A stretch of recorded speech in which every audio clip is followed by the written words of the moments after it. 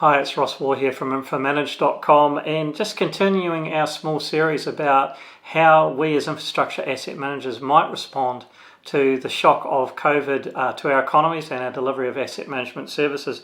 The diagram figure that you're seeing on the screen at the moment came from a piece of work called Water and Roads done by our Office of the Auditor General and the New Zealand Institute of Economic Research, which is one of our major private economic research organisations. They looked at expenditure and consumption of fixed capital over quite a long period of time, from 1973 through to 2013, and we're able to draw some conclusions from that. I'm going to go to the whiteboard and just show you some observations of mine about that research, and we'll just unpack it a little bit. So just moving to the whiteboard here, I've replicated that diagram on the whiteboard. So here's our time frame, 1993. I've taken it right through to current 2020. On this axis is just the dollars spent. This black line is the fixed asset consumption, so that's your depreciation, that's how much of your asset is getting consumed by use over a period of time. And the blue line is how much has been invested.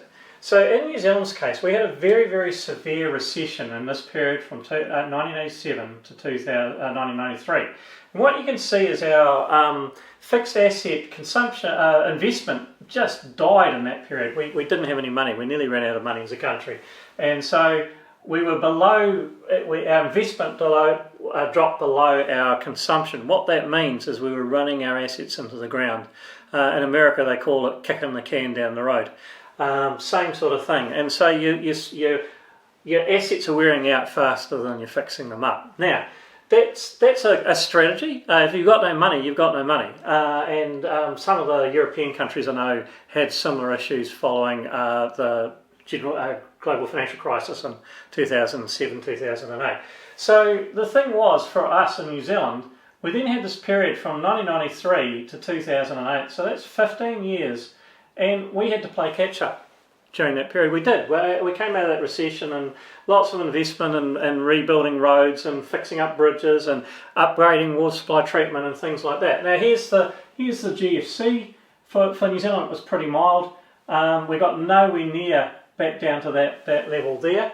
But we'd learnt our lessons to some extent, and we'd started doing our asset management in New Zealand in 1996 off the end of that recession. Because we needed to get on top of the issues that we had and the lack of renewals that had happened and things like that. So what happened was there was a small drop-off in capital, but nothing like what had happened back in that big recession. And then we climbed back out of it. Now here we are now, and our economy is going to, like many economies in the world, is going to have quite a decent-sized recession over the next 2 or 3 years.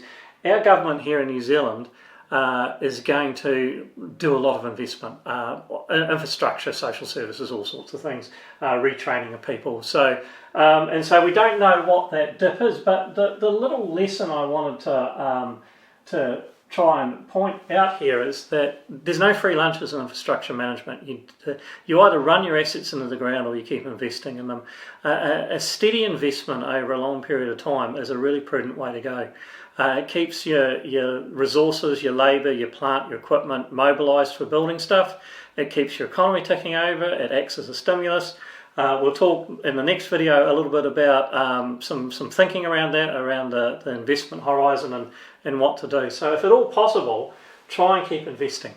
And don't kick the can down the road, because it actually just ends up costing you a whole lot more on additional maintenance and reactive maintenance and poorer levels of service and all sorts of things like that. But it's quite counterintuitive as you go into recessions. The thought is, don't spend the money. Asset management says, please do spend the money. Thanks very much for watching. I look forward to seeing you on the next one on infomanage.com.